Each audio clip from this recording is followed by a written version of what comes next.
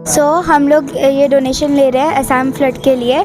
अभी अपर असम में फ्लड हुआ है, हम लोग ट्राई कर रहे हैं मैक्सिमम लोगों से फ्लड का डोनेशन लेने के लिए, और ट्राई करेंगे कि हम लोग अपर असम तक पहुंचाएं और फ्लड में नीडी लोगों की हेल्प करें, क्योंकि उनको बहुत ज़्यादा लॉस हुआ है।